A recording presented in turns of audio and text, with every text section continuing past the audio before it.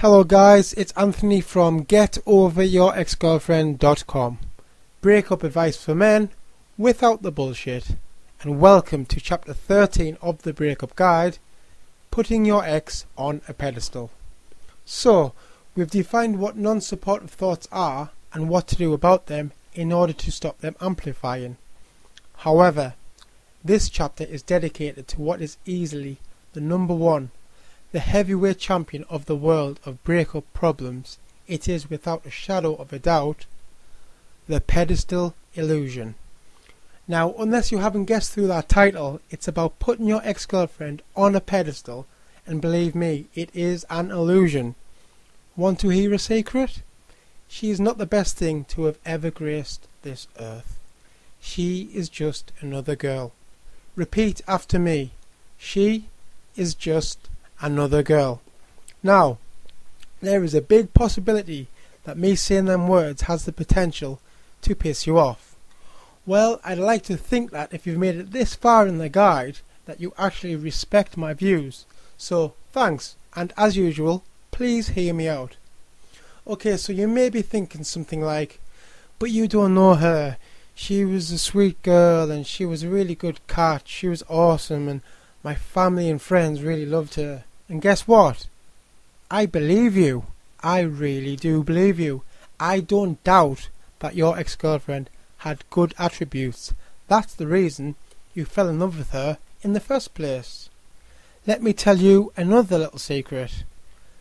One of my exes is one of, probably, if I was to be honest, one of the kindest and most genuine human beings that I ever met in my life.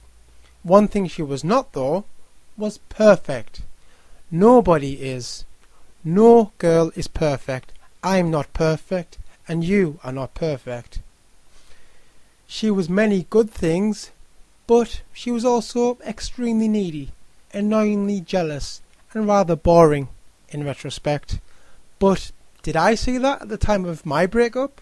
Hell no, because I was down in the pits and she was up there, way up high in the sky on my self-made pedestal, towering over me in my creative, worthless self in all of her fictional glory.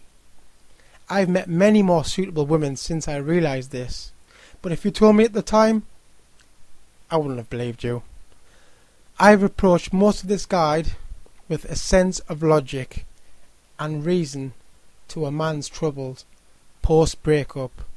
I'd like to give you some psychological or biological reasoning to why we do this, why we put our exes on a pedestal after a breakup. However, on this occasion, I am absolutely stumped to why we do this. All I know is it's definitely a thing. Maybe we're secretly a narcissistic race who enjoys turmoil and pain. I highly doubt that. I just think human beings have the tendency to make things harder for themselves when we have the capacity to make situations so much easier. When you elevate your ex to an undeserved status of perfection, all you do is make life difficult for yourself. Tell me, fella, how are you going to move on if you truly believe that you've just let go the most beautiful thing since Cleopatra? If you genuinely have been using this guide the way it was intended, then what you should really be doing right now is building up your own pedestal. It's not going to happen overnight, of course, but if you've regularly been carrying out my advice, your confidence will soar and this pedestal illusion will be very short-lived. Right now you've gone a bit Wayne's World. Can you remember the film Wayne's World? We envisage this mythical goddess in our mind, and while we bow at her ever so perfect feet we scream, "We're not worthy! We're not worthy!" Well, guess what? You are worthy. You have your own awesome points too. You just don't see them yet. I want you to keep developing as a human being and knock her off that pedestal and replace it with you. Okay? And now for some maths. There are over 3.4 billion girls living and breathing right now on this planet. Do you seriously think that you can't find another keeper, another good girlfriend in a number so high that only one girl in 3.4 billion was a girl that you could only click with, that it's now a case of game over? I highly doubt it.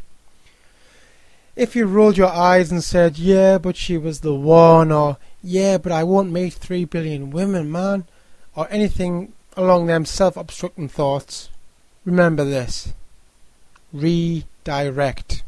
Refocus them non-supportive thoughts. You need to cut that out, because that is cancerous to your healing. If you don't believe me right now, you will one day. I know this for sure. Time and distance from your ex-girlfriend gives you the objectivity to dethrone your ex from her pedestal. The sooner you work on yourself and concentrate on the right thoughts, the sooner you will have the grounding realization that she is not perfect and she is far from indispensable. I'm not saying that your whole relationship was a lie, and if you think I'm saying that, you are a million miles off the point. The good times that you shared, they were real. They happened, and I'm not going to try to take that away from you. I just want you to come to terms with the fact that you have romanticized your relationship to be perfect and your ex-girlfriend to be perfect. That's all. The following exercises will be vital, absolutely vital, in order to help you knock your ex-girlfriend off your pedestal. When you successfully do this, you will be well on your way to getting over your ex-girlfriend. Thank you for your time, guys. If you're listening from my site, getoveryourexgirlfriend.com, please do not move on to the next chapter until you've read each chapter and also completed the relevant exercises, as these are the most important parts of the guide. Thanks for listening, guys, and keep that chin up.